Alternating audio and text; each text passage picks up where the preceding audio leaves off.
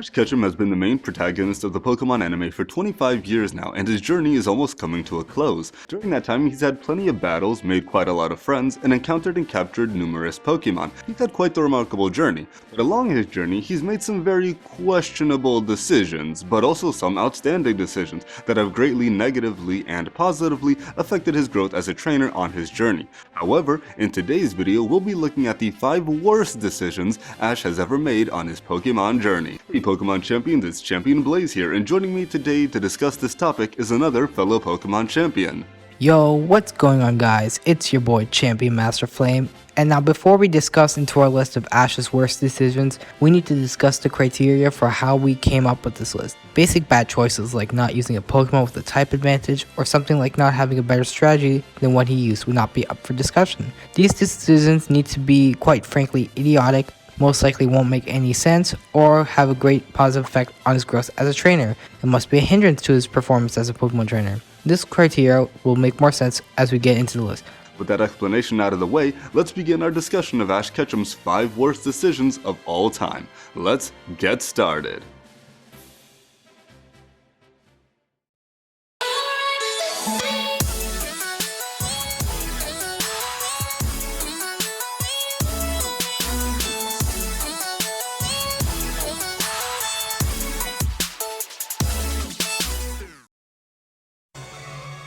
Starting off the list, we have Ash not evolving certain Pokemon. Although it's become one of the many things he is known for, it's just not a good thing, especially when you're aiming to be the best like no one ever was. Ash would constantly find himself losing battles where he wouldn't have if he had just evolved certain Pokemon. Like that one time where he battled Bianca's father, and it was Oshawott versus Darmanitan. Ash lost, and he would have had to go back to Palpitoad, and it would have been the end of his journey. And it's not just Oshawott. If Gible at least evolved into a Gabite, it would have helped improve its attack power, and had a good chance of doing major damage to Tobias' Darkrai.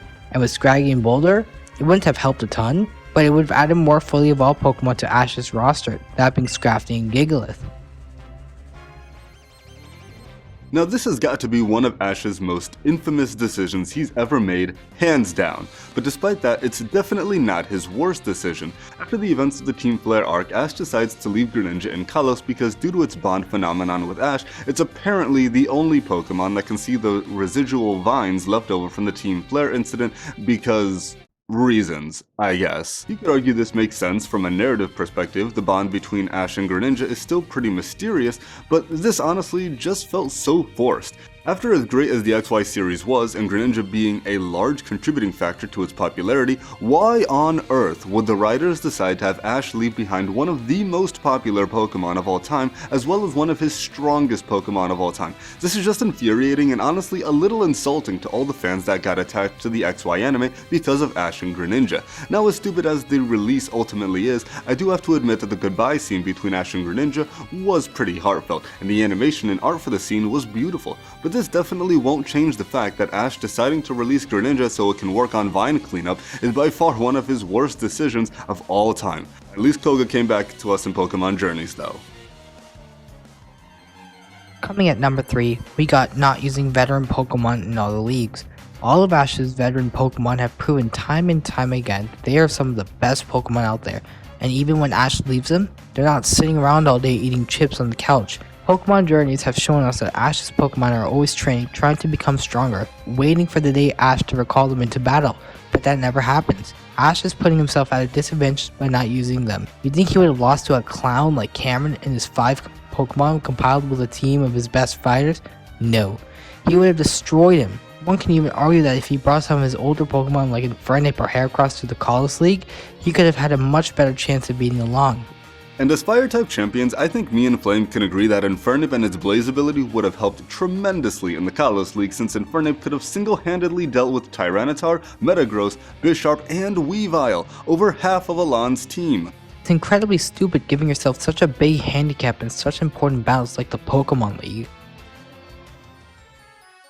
This issue is probably Ash's biggest handicap in the black and white anime, and that's having too many Pokemon in rotation. Ash, this is not the games. You don't have an experience share for your entire team. What are you doing, man? Let's list off all of Ash's Unova Pokemon in case you forgot, shall we? There's Snivy, Pignite, Oshawott, Unpheasant, Scraggy, Leavanny, Boldore, Crocodile, and Palpitoad. That's 9 Pokemon. With that many Pokemon, of course it's going to be difficult to properly train all your team members so they all perform great in important battles. The Pokemon with the most screen time here are definitely Snivy, Oshawott, Pignite, and Crocodile, while the others had varying degrees of screen time, although I'd say Leavanny and Unpheasant also had ample screen time as well, prior to Charizard replacing Unpheasant, that is. Damn, even the writing staff doesn't like this Pokemon. Ash was clearly using way too many Pokemon at one time in Unova, which greatly hindered his performance in lots of battles. Now, not so fast, I can hear you typing in the comments, but he just had as many Pokemon in the original series and he rotated them around too. And to that I'd say, well, you're right. But the difference between the original series and the Black and White series is how Ash handled his rotation Pokemon. In Kanto, it was mainly Squirtle, Bulbasaur, Pikachu, Pidgeot, and Charizard since Butterfree was gone. We miss you, buddy. And Pokemon like Muck and Kingler only reappeared on occasions and had beginner's luck. Lapras was only there for the Orange Islands, Snorlax became a regularly occurring team member, and eventually Ash's Johto Pokemon would replace his Kanto Pokemon, so it was a gradual transition with pretty regular training or recalling older Pokemon so they stayed seasoned battlers. Every Pokemon had a pretty good amount of battling time to hone their skills. When it comes to Black and White, the only Pokemon with the most consistent battling are Snivy, Oshawott, Pignite, Leavanny, Unpheasant, and Crocodile, leaving Pokemon like Boldore, Scraggy, and Palpitoad to never get past amateur status. Don't get me wrong, these Pokemon even had really good movesets, like especially Palpitoad with Sludge Wave, Mud Shot, Hydro Pump, and Supersonic. It's just a shame Palpitoad didn't have more experience. If Ash had rotated out his starters like he did in the original series to give his other Pokemon time to shine, I guarantee lots of Ash's battles throughout Unova would have ended differently because his Pokemon, more or less, would have all been on the same level of power. But unfortunately, Ash had too many Pokemon in Unova that he didn't rotate properly, which makes it a downright awful decision. Before we get to Ash's worst decisions of all time, we need to discuss some honorable mentions, that being Ash bringing only Palpitoad to the Nimbasa City gym.